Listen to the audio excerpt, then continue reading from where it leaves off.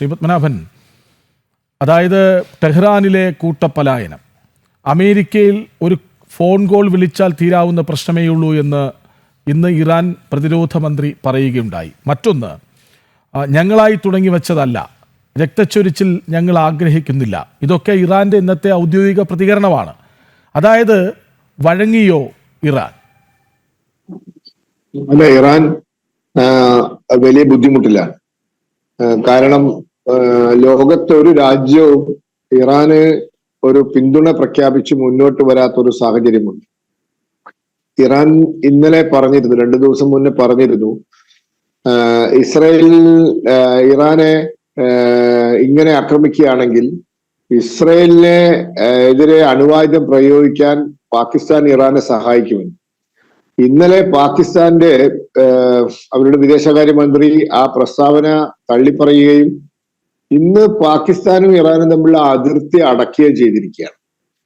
അപ്പോൾ ഈ അറബി രാജ്യങ്ങൾ ഇറാന്റെ കൂടെ നിൽക്കുന്നില്ല. അതിനൊരു കാരണം, അറബി രാജ്യങ്ങളൊക്കെ ബഹുഭൂരിപക്ഷവും സുന്നി മുസ്ലിം രാജ്യങ്ങളാണ്. ഇറാൻ ഒരു ഷിയ മുസ്ലിം രാജ്യമാണ്. മാത്രവുമല്ല, ഇറാഖിൽ ഇന്ന് ഇറാന്റെ ഒരു പാവ സർക്കാരാണ് ഉള്ളത്.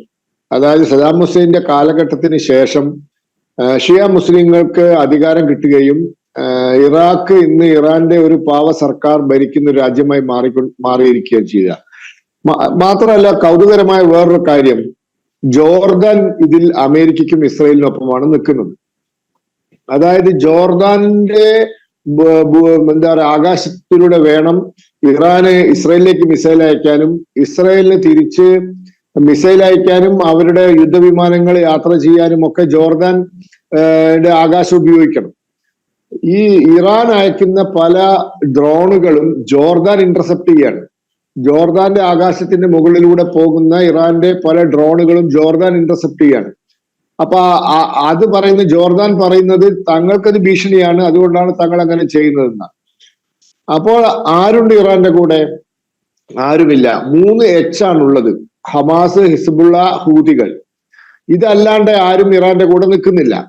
ഇസ്രായേലിനാകട്ടെ അമേരിക്ക ഒളിഞ്ഞും തെളിഞ്ഞും സഹായിക്കുന്നുണ്ട്.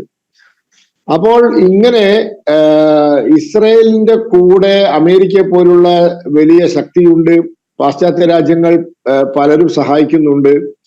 എന്നാൽ ഇറാനെ സഹായിക്കാൻ അല്ലെങ്കിൽ പരസ്യമായി ഇറാന് വേണ്ടി രംഗത്ത് വരാൻ ആരും തയ്യാറാവുന്നില്ല. അപ്പോൾ ഇങ്ങനത്തെ ഒരു സാഹചര്യത്തിൽ, മാത്രവുമല്ല, ഇറാന്റെ എയർ ഡിഫൻസ് സിസ്റ്റം ഏതാണ്ട് തീർന്നു എന്നാണ് പറയുന്നത്. അതിന് ഇസ്രയേലി ആക്രമണങ്ങളെ നേരിടാൻ പണ്ടേ സാധിച്ചിട്ടില്ല. ഇപ്പോൾ അങ്ങനെയൊന്നും ഇല്ല. അതായത് ഇറാന്റെ ആകാശത്ത് ഞങ്ങൾക്ക് സമ്പൂർണ്ണ ആധിപത്യം കിട്ടിക്കഴിഞ്ഞു എന്ന് പറയുന്നു. മറ്റൊരു സംഗതി, ഇസ്രായേലിന്റെ ചാരന്മാർ ഇറാനിലുണ്ട് എന്ന് വേണം വിശ്വസിക്കാൻ. കാരണം ഹമാസിന്റെ വലിയൊരു നേതാവ് ഇറാനിൽ വന്നപ്പോൾ അങ്ങോട്ട് താമസിച്ച ഹോട്ടൽ മുറിയിൽ, ആ മുറിയിൽ മാത്രം സ്ഫോടനം നടത്തി അങ്ങോരെ കൊന്നു. അപ്പൊ അത് ഇറാന്റെ എന്താ പറയാ, ഉള്ളിലുള്ള ഇസ്രായേലി ചാരന്മാർ വിചാരിക്കാതെ നടക്കില്ല. അപ്പോ ഇറാൻ വലിയ ബുദ്ധിമുട്ടിലാണ്. ടെഹ്റാൻ നഗരത്തിൽ നിന്നും ആളുകൾ പലായനം ചെയ്യാൻ തുടങ്ങിയതിന് ശേഷം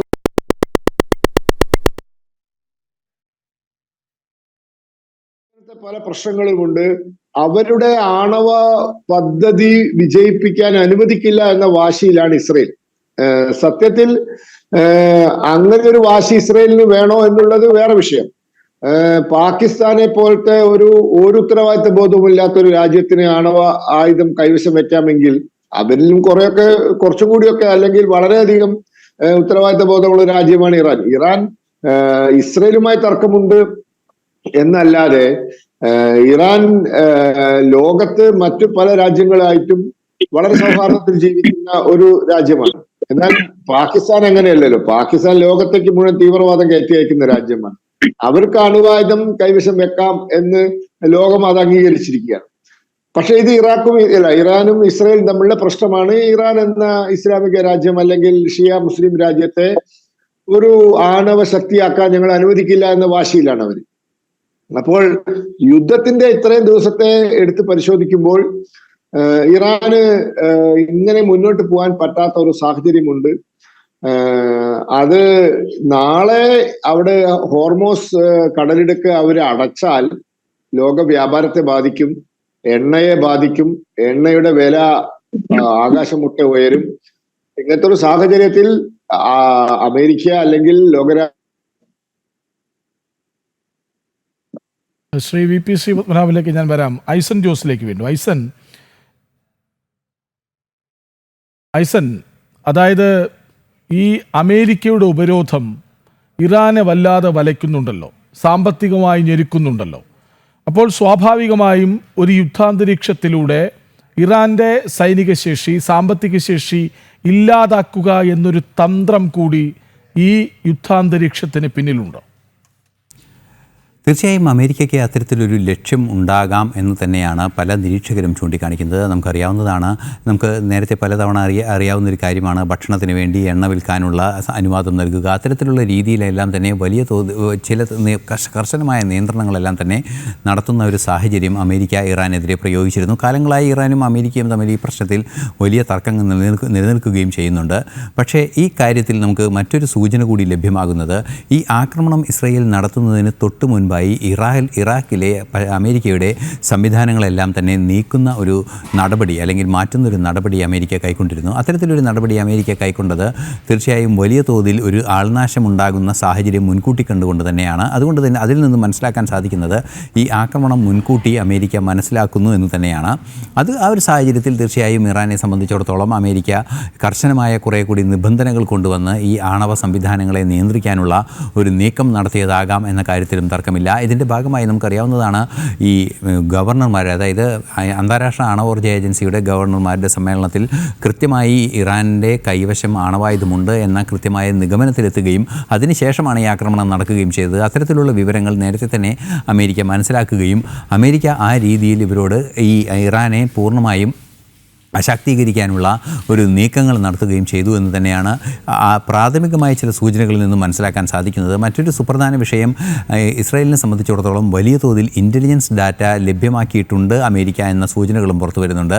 അത്തരത്തിൽ ഇൻ്റലിജൻസ് ഡാറ്റ പല സാങ്കേതിക വ്യക്തത വരുത്തുന്നതിനൊക്കെ പ്രയോജനപ്പെടുത്തിയിട്ടുണ്ട് ഇസ്രായേൽ എന്നും അറിയാൻ സാധിക്കുന്നുണ്ട്. ഇതെല്ലാം തന്നെ ഈ ഒരു നീക്കത്തിൻ്റെ, അതായത് ഈ ഉപരോധത്തെയും അതുപോലുള്ള സംവിധാനങ്ങളെയും ശക്തിപ്പെടുത്തുന്നതിനും ഇറാൻ്റെ മുകളിൽ കൂടുതൽ നിയന്ത്രണം കൊണ്ടുവരുന്നതിനും അമേരിക്കയുടെ ശ്രമങ്ങളുടെ ഭാഗമായിരുന്നിരിക്കാം എന്ന് തന്നെയാണ് പ്രാഥമികമായി മനസ്സിലാക്കാനും അങ്ങനെ ഒരു നിഗമനത്തിലെത്താനും സാധിക്കുന്നുണ്ട് എന്നതൊരു യാഥാർത്ഥ്യം തന്നെയാണ്. അത്തരമൊരു ലക്ഷ്യം ഈ ആക്രമണത്തിന് പിന്നിൽ ഉണ്ടായിക്കൂടാ എന്ന് കരുതുക വയ്യ. അത്തരത്തിലൊരു ലക്ഷ്യത്തിനുള്ള സാധ്യത ഒട്ടും തള്ളിക്കളയാനും ആകില്ല. കൃഷ്ണരാജ്. ശരി ഐസൻ.